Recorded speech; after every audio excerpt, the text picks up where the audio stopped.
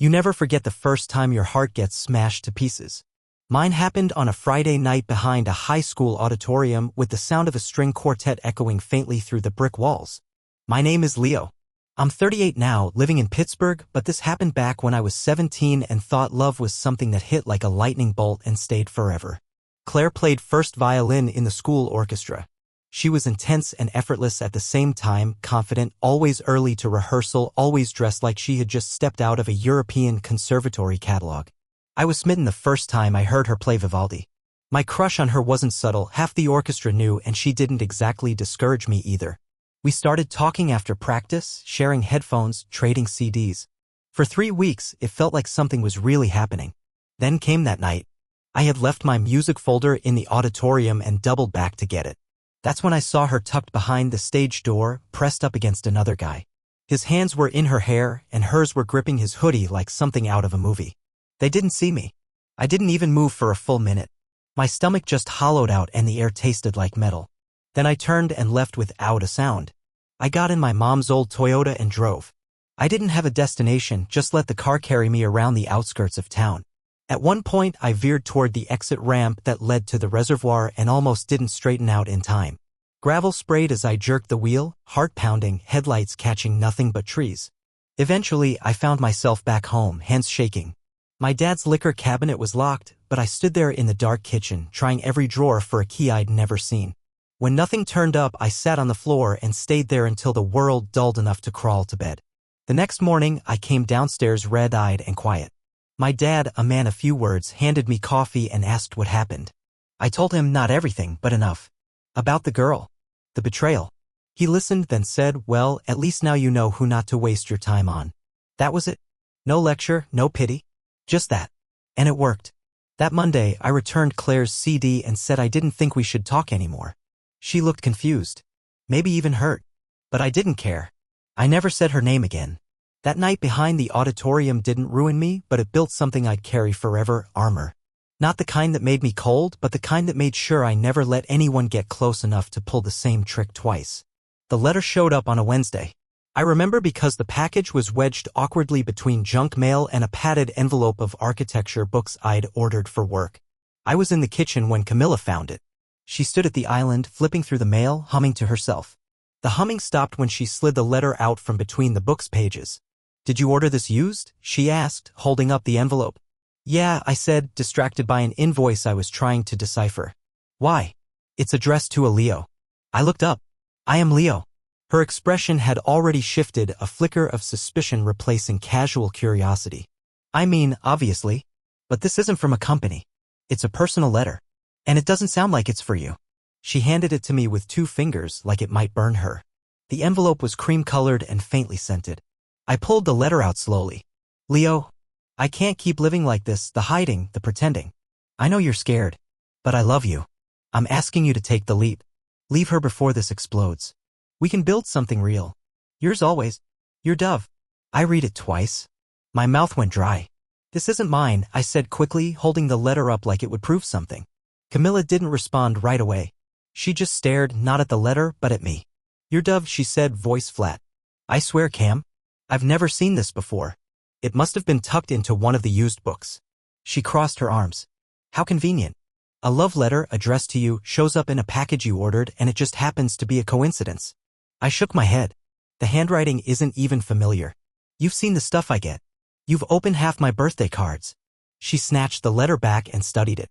You really expect me to believe this? Yes. Because it's true. Her eyes narrowed. And this has nothing to do with Alicia? I froze. What? You know what I'm talking about, she said, stepping back. That little happy hour last summer. The photos. The way you talked about her. Alicia was a coworker. That's it. You know that. Camilla's laugh was sharp and bitter. You flirted with her in front of everyone, Leo. You acted like I was paranoid when I brought it up. And now this. I rubbed my temples. This is different. I didn't write this. I didn't receive it. It's not mine. Then where's the proof, she snapped. You want me to just take your word for it? There's got to be a way to track who owned the book. A receipt, a seller ID, something. I'll find it. Camilla stepped away, the letter still in her hand. Don't bother. You already did the damage. Whether you wrote it or not, I can't unsee it. That night, we barely spoke. She slept in the guest room. I lay awake replaying everything I'd said, every smile I'd given Alicia, every late meeting Camilla might have questioned. I hadn't cheated, not technically, but the lines weren't clean anymore. The letter wasn't meant for me. But it didn't matter. Camilla didn't trust me. Not fully. Not after Alicia. Not after this. And suddenly, I wasn't sure how to get that trust back. The silence between Camilla and me became a living thing, thick, hovering, just waiting to be acknowledged. At home, we moved like ghosts, passing each other in the hallway. Distant clinks of plates in the kitchen. The soft thud of the guest room door every night. I kept thinking the tension would ease up, that she'd realize how ridiculous the whole letter thing was. But then Regina started coming around more. Dr. Regina Marlowe, her mother, had never liked me much. Too impulsive, not polished enough, not ambitious in the right kind of way. She'd always framed her disapproval in backhanded compliments. "You're so passionate," she once said after hearing I'd turned down a promotion to keep designing instead of managing. Some men would kill for that kind of luxury. Now she was just stopping by more often, dropping off frozen lasagna, offering unsolicited marital advice over Pinot Noir. "You know," she said one night while Camilla was in the shower, "relationships crack when trust erodes. When a woman starts to feel unsafe in her own home." She gave me that tight-lipped smile of hers, like a plastic surgeon who overdoes Botox. "She is safe," I muttered. "She's just upset." Regina tilted her head. "Sometimes, Leo, being upset is the only way we know how to scream." That weekend, Camilla didn't come home. I called around, no answer. Finally, I checked her location on our shared app. She was at Regina's high-rise in Midtown. 3 days. That's how long she stayed. When she returned, she didn't offer explanations. Just grabbed a few clothes, her laptop, and said she needed space. I didn't ask questions. I was too tired to hear answers that weren't going to help. I decided to do something that felt productive, something concrete. I dug up the seller information from the used bookstore I'd ordered the architecture book from. Took a few emails, a phone call, and a little charm. Finally, a woman on the line said, "Let me check the old log." Ah, that one came from a man named Leo Kenwick. He donated a whole stack of books last month. Leo Kenwick? Yeah. Lives out in Rye, I think. We still have his contact info. I called him. He answered on the second ring. "Hello? Hi, is this Leo Kenwick? My name's Leo Winters. You sold an architecture book recently that had a letter inside." There was a pause. "Oh," he said, voice tight. "You found that? It caused some problems." "Sorry," he said flatly. "Didn't know it was still in there." "So the letter was meant for you?" "Yeah." I waited, hoping for a flicker of empathy. "Would you be willing to confirm that? Maybe write a note or something?" "My wife, not interested," he cut in. "It's personal. I don't want to get involved." "She thinks I'm cheating," I said, my voice sharper now. "This letter blew a hole in my marriage." There was another pause. "Then maybe you've got bigger problems than a piece of paper." He hung up. That night, I didn't tell Camilla I'd found the guy. I didn't want to hear her say it didn't matter, because part of me knew she'd already made up her mind. And I was starting to realize she wasn't deciding alone. Regina was in her ear, stirring the pot with that gloved hand of hers, pressing the idea that maybe she deserved more. A new city. A fresh start. Someone better. Trust doesn't just disappear. It erodes. And sometimes it's pushed. It started with a hunch, that nauseating, electric instinct you can't explain but can't ignore. Camilla was gone more. Cold in the little ways that mattered. She wasn't angry, she was resigned. Like something inside her had quietly snapped and was now floating just out of reach. One night, I snapped too. I waited until she left for another quick weekend at Mom's, then sat at her desk, staring at her laptop. My heart thumped in my throat. I knew the password. I'd never used it. I told myself it wasn't betrayal, it was survival. It took less than 5 minutes to find the emails. They were all neatly filed under a folder labeled consulting. Innocent enough. But the messages weren't. Nothing overt. No, I misuse or can't wait to see yous. Just enough careful tone and curated phrasing to light my nerves on fire. His name was Dennis Reed, a corporate advisor who'd worked with her firm's leadership during a merger last year. Their exchanges were cordial, polished, and threaded with a tone that made my skin crawl. One email read, "Camilla, London could be the fresh chapter you didn't realize you needed. Think of it as expansion, personally and professionally." Another said, "Dinner Friday still on? I know a place that reminds me of our Milan trip. Quiet, just us." That one stopped me cold. I clicked the next message. Camilla had replied, "Friday works. But let's keep it light. My mom's already asking questions." There it was. No affair. Not yet. But something was blooming. Or maybe already had bloomed off-screen, behind carefully chosen words and time zones. I clicked back to her inbox and found the thread with Regina. Dozens of emails, daily check-ins, emotional triage, and then I found an email titled The London Solution. Regina had written, "If you're serious about starting fresh, then go. Don't let Leo guilt you into staying. You owe him nothing. I can speak with HR and Dennis, get the process rolling. You just need to say yes." I leaned back in the chair. The air felt thick. Every bone in my body buzzed with heat. My wife was halfway out the door and her mother was holding it open.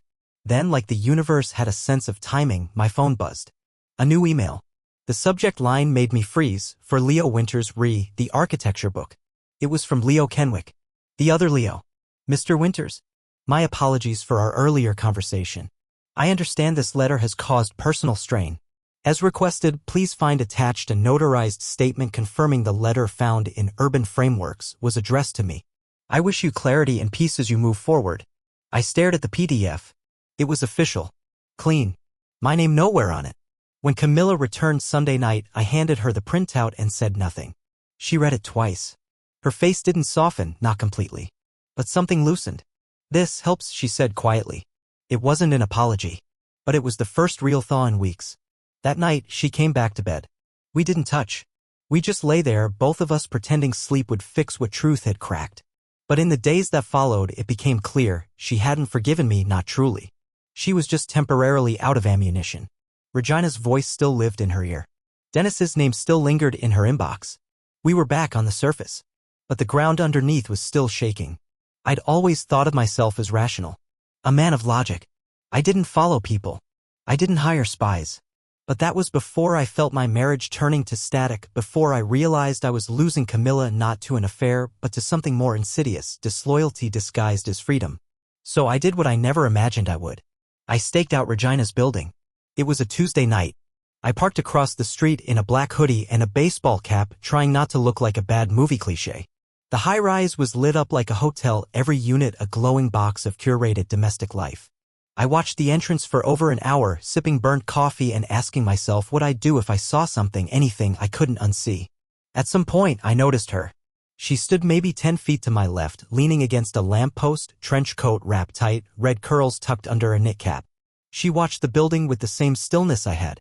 I don't know what made me speak first, boredom, paranoia, or maybe the sharpness in her eyes. "You here for the late show too?" I asked. She turned slowly, like she'd been expecting me. "That depends," she said. "Are you a jealous husband or a concerned one?" "Both." She smiled. Fair answer. Her name was Freya. Former Army intelligence, now a private investigator. She was trailing a hedge fund manager suspected of faking a disability to dodge a prenup clause. I told her who I was watching. She raised an eyebrow. "Your mother-in-law?" "She's involved," I said, struggling to explain how deeply this went. "There's a guy. Dennis Reed. Corporate advisor. He might be seeing my wife. Or trying to. And what's Regina's role? She's been pushing Camilla toward him. Toward London. Away from me." Freya didn't laugh or call it paranoid. She just nodded like it made perfect sense. "You want proof. I want the truth. Whatever it is." She didn't hesitate. "I'll help." We waited. And waited. At 9:42 p.m., the front lobby door opened. Camilla walked out. Not alone. Dennis Reed followed, wearing a navy coat and the kind of expression that made my blood go cold, relaxed, easy, like he knew the woman beside him belonged to him already. They didn't hold hands. They didn't touch. But body language doesn't lie. She leaned in when he spoke. She laughed too easily. He walked like he'd done this before. We followed at a safe distance. Freya snapped a few photos from behind a passing SUV. They ended up at a quiet restaurant on 76th. She ordered wine. He reached across the table once, brushed her hand with his. That was when I almost lost it. But then Camilla pulled her hand away. Freya zoomed in. "You see that?" "I do." She said no. It shouldn't have mattered that she turned him down. But it did. Because rejection still meant the situation had escalated to a moment where a decision had to be made. It meant he tried. And she'd let it get that far. When Camilla returned home later that night, I didn't say anything. She didn't know I'd seen her. That I knew. But the images stayed with me. Her smiling at him. His fingers grazing her wrist. The flicker of hesitation before she pulled away. No betrayal in the flesh. But loyalty? That had already left the room. The pictures weren't enough. Not for me. Not anymore. Camilla had turned Dennis down. I saw that with my own eyes, but it didn't change the truth. She'd entertained it. She'd gone to dinner. She'd kept the door cracked, just wide enough for him to reach through. I told Freya I needed more. She delivered. Your instincts were dead on, she said over coffee at a bodega near Midtown. Dennis Reed is dirty. But not in the way you think. She opened a leather folder and laid it out like a crime board, expense reports, archived blog posts, a couple court transcripts. Your wife's maybe boyfriend is banging your mother-in-law. I blinked. Come again? Regina and Dennis have been involved for months, Freya said, flipping to a photo of them walking out of a private elevator together, Dennis's hand low on her back. But that's not even the crazy part. She pushed a printout toward me, a screenshot of a WhatsApp conversation. It was a forwarded leak from one of Freya's contacts who'd been monitoring Dennis's encrypted backups. Regina, she's pulling away. We need to move faster. Dennis, she trusts you. Keep nudging her. Once she's in London, we can ease her into the rest. Regina and Leo? Dennis, he'll fold. He always does. I stared at the words until they blurred. They're trying to replace me, I said. This isn't just a fling. No, Freya said. It's a setup. She laid out the rest. Regina had pitched Dennis to Camilla as a mentor. She'd encouraged long meetings. Told her she needed someone stable who could elevate her. It wasn't about London. It wasn't about marriage problems. It was a handoff. My wife was being handed from her mother to her mother's lover like a pawn between kings. They want her to think she's choosing, I muttered. Freya nodded. And they're betting you'll crumble under the weight of self-blame. Then came the final bomb. Dennis Reed was investigated in grad school for covering up a sexual assault. I blinked. He did what? His best friend was accused by a student. Dennis misplaced a key witness statement. Helped scrub phone records. It never went to trial.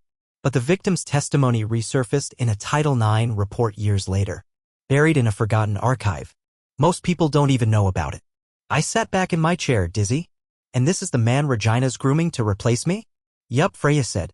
Real charmer. I didn't speak for a long time. When I finally did, I looked up and said, we bring them down. She didn't ask if I was sure. She just gave a single, quiet nod. No more following, I said. No more photos or whispers. We burned the whole damn house down. Because now I knew what I was up against. This wasn't about a broken marriage or some corporate flirtation. It was about control. Grooming. Power. Regina wasn't helping her daughter. She was gutting her, carving out the pieces that made her Camilla so Dennis could move in. I wasn't fighting for a relationship anymore. I was fighting to keep my wife from becoming someone else's puppet. And I was done pulling punches. We didn't go to the police. Not yet.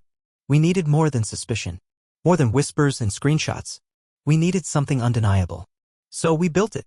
Freya and I met every night for a week in my garage, the place I used to go to escape marriage tension, not orchestrate digital warfare. She sat cross-legged on my old workbench, boots off, sipping gas station coffee like it was scotch. I worked at the computer, hands moving fast, focused, dangerous. Tell me again, she said one night, why did you take coding courses in college if you ended up in design? I didn't look up. Because I knew someday I'd want to take down a corporate parasite and the woman who raised my wife.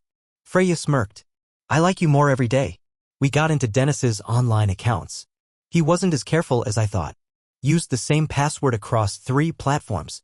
Had a burner Gmail connected to a cloud storage folder labeled consulting_2021. Inside, there were spreadsheets, transaction summaries, even a few fake invoices marked as reimbursements. All we had to do was reroute the right ones into the wrong places. Let's create a fake shell company, Freya said, fingers flying over her laptop. Something in the Caymans. Empty but real enough to leave a digital footprint. I created the name Dominion Marlowe Holdings. A not-so-subtle homage to Regina. Freya opened a dummy business account using one of her offshore contacts. Then we created a staged transaction trail, transfers Dennis appeared to initiate, sending funds to Dominion over a 3-week period. Nothing was actually stolen. No money left his real accounts. But it looked like he was embezzling from his firm using ghost invoices and funneling cash offshore. We also planted an email. A draft not sent, just sitting in his inbox. To whom it may concern. If you're reading this, it means I've decided to come clean. About the money. About Marcus Ashby and the night in 2009. I can't carry this guilt anymore. I'm sorry, Dennis. Marcus Ashby was the friend from grad school. The one who committed the assault. The one Dennis helped protect. This will get flagged, I said, staring at the email. Compliance will see it. HR. Maybe even federal regulators. That's the idea, Freya said. Once the system gets spooked, it'll all unravel. Fast. We gave Dennis one more gift, a fake calendar invite from an anonymous domain, meeting, legal disclosure review scheduled for 9 a.m. Monday morning. It was designed to trip Panic, to make him scramble. Then we hired a decoy. Freya had a guy. Quiet, nondescript. The kind of man who could pass for a tax attorney or a hired gun depending on the blazer. His job was simple: meet Dennis at a coffee shop Monday morning, stall him with fake concerns about a possible audit related to one of his real estate deals. Long enough to make sure he's offline, Freya said. While the hammer drops. By Sunday night, it was all in place. I sat in my car outside Regina's building again, engine off, watching the city blink to sleep. I didn't feel guilt. Not even a trace. She tried to erase me from my own marriage. He tried to walk into my life wearing better shoes and a sleeker smile. Now they'd see what it felt like to lose everything. I texted Freya. Me, tomorrow's the day. Freya, hope he likes orange.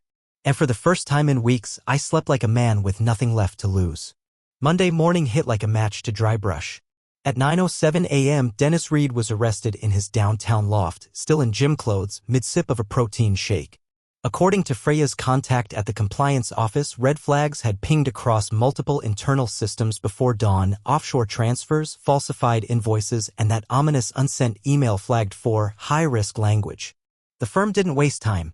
They called in regulators, SEC agents, legal counsel.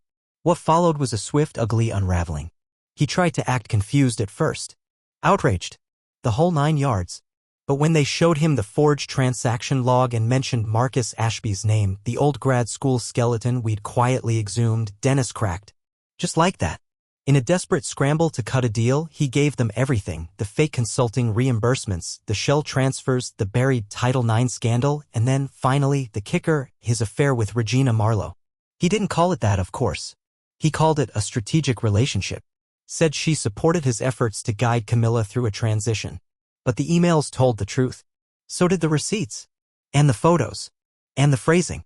Once Camilla's in London, we can continue without complication. The fallout was immediate. Regina's name surfaced in 3 separate compliance reports. By noon, she'd been pulled into a closed-door meeting at her firm. By 3, she'd resigned from her executive role citing personal reasons. But the real detonation came when the story broke online. The architecture firm's internal memo leaked. A blog picked it up. Then a financial watchdog account. Then the media. Headlines blared. Advisor implicated in embezzlement scandal, ties to private assault cover-up emerge. Influential executive resigns after allegations surface. I didn't even have to tell Camilla. She found out the same way everyone else did, on her phone, standing in our kitchen with a half-burnt piece of toast in one hand. She didn't speak. Just stared at the screen for a long, brutal minute. Then she sat down slowly and whispered, "My mom." I watched her expression cave in. Her eyes scanned the words over and over, trying to make sense of the betrayal. Her hands trembled. "When?" she asked. "When did you find out?" I didn't lie. "Not long ago. Long enough to see what they were doing. Long enough to stop it." Camilla nodded. Quiet. Numb. There was no fight left in her. No pride to defend. She stayed on the couch all day, barely moving. Regina didn't call. Neither did Dennis. By the next morning, Regina's name was trending in a bad way. Camilla shut off her phone and disappeared into the guest room for hours. I didn't push, because the truth had detonated, and now the fallout was hers to sift through. She'd been betrayed by the one person who had always claimed to protect her, and now she was finally seeing what that protection really cost. I hadn't seen Julian Marlowe in years. Camilla rarely talked about her father. Not with anger, just a quiet detachment, like he was someone she'd decided not to count on. He'd been stationed overseas most of her childhood, then floated into a quiet retirement after a final Navy tour. Regina had filled the gaps he left behind. But after everything fell apart, the headlines, the resignation, the silence, I knew I had to reach out, not for her sake, for mine. We met at a VFW hall outside Annapolis, where he volunteered as a maintenance coordinator. He shook my hand with calloused fingers, squinting at me like he was trying to decide if I was friend or threat. "Didn't expect to hear from you," he said, sitting heavily at a small table in the back corner. I didn't come for sympathy, I said. Just the truth. About Regina. About Camilla. He looked at me for a long moment, then sighed and leaned back. You want the truth? I let Regina do the steering for 25 years. I thought she was just better at it. He reached into his pocket and pulled out a keychain, a small brass plane. He rolled it between his fingers. When Camilla was 7, I crashed an F-18 in Bahrain. Bird strike took out both engines. My co-pilot didn't make it. I sat up straighter. I'd never heard that story. I was grounded after that. Temporary, then permanent. Started drinking. Sleeping in my truck some nights. Regina handled it all. Got Camilla into private school. Cleaned up my messes. Took over the house. He gave a grim smile. And I let her. Thought I owed her that much. He paused. But I see now what I missed. She didn't step in. She took over. Every inch of control she gained, she kept. Even from Camilla. I slid a printed email across the table. Regina's message to Dennis. The one urging him to ease Camilla into the rest, once she was in London. Julian read it, his jaw tightening. She used my daughter, he said quietly. For what? Status? Leverage? She tried to replace her marriage, I said. And you weren't there to stop it. He nodded slowly. No, I wasn't. Then he looked me dead in the eye. But I am now. We sat in silence for a moment. Then he reached into his coat and pulled out a worn envelope. Inside were photos of Camilla as a kid, laughing in a sailor hat, sitting on a dock, holding a fishing rod too big for her hands. She doesn't remember these days, he said. I barely do either. But I want to. He folded the envelope shut and tucked it back inside his jacket. I'll help you fix this, he said. But not for Regina. For her. And for me. How? I asked. I'm divorcing Regina, he said. And I'm going public with it. I'll talk to her firm, to the press if I have to. I'll expose what she did. I stared at him, stunned. You'd do that to your wife? He shook his head. I'm doing it for my daughter. For the first time since this started, I didn't feel like I was fighting alone. Camilla might have lost the mother she thought she had. But maybe, just maybe, she could find her father again. We invited her to dinner on a Sunday. Julian suggested it, said she'd listen better if it felt like a normal family moment instead of a confrontation. So we set the table like it was Thanksgiving. Cloth napkins, real silverware, no phones allowed. Just the three of us. The family that remained. Camilla showed up 10 minutes late, wearing an old sweatshirt and no makeup. Her face looked thinner, eyes quieter. She hadn't spoken much since the fallout. Not to me, not to anyone. When she sat down across from us, it felt like we were strangers with matching last names. Julian poured her a glass of water and said softly, "Thanks for coming, kiddo." She just nodded. I waited a beat. Then I said, I didn't bring you here to rehash everything. You already know what your mom did. What Dennis was. Camilla blinked slowly. Yeah. But there's more, I said, sliding a folder across the table. Emails. Bank statements. Every lie they built together. She opened the folder and read in silence. Halfway through, she froze. This account, she said, pointing to a Cayman Bank record. My mom told me it was a relocation grant. It was a dummy firm, I said. They used your name as a soft cover. She was planning to transfer money in your name without you ever knowing. She closed the folder and pushed it aside. Why are you showing me this now? Before I could answer, Julian cleared his throat. Because you deserve to know the full truth, he said. And because I owe you more than silence. Camilla looked at him. For a moment, I saw her guard lift just a little. I'm leaving your mother, Julian said, steady. I'm making a public statement about her conduct. I let her run our lives for too long. I thought that was love. Turns out it was control. Camilla's voice came out barely above a whisper. You're really divorcing her? I should have done it years ago. She rubbed her eyes. You always let her speak for both of you. I know, he said, but I'm ready to be someone you can trust again. Silence settled over the table. Then she looked at me. And you? What now? I want to try again, I said, my voice cracking just a little. Not from where we left off. From someplace better. Honest. She looked down, then back up. I don't know if I can trust either of you. That's fair, I said. But we're here anyway. That night, she didn't say she forgave us. But she didn't walk out either. She stayed. A year passed. Slowly, deliberately, we rebuilt. Camilla distanced herself from Regina, blocked her number, ignored the passive-aggressive letters. Julian moved into a small house in Harrisburg and became something he'd never been before, a grandfather. Because yes, Camilla and I had a baby. A boy. We named him Mason. He's got her eyes and my sleep schedule, which is to say, none. Some nights, when we're both up at 3 a.m., Camilla will sit next to me on the couch, Mason asleep on her chest, and whisper, "We made it, didn't we?" And I'll nod. Not because everything's perfect, but because we survived the fire. And now we get to build something real from the ashes.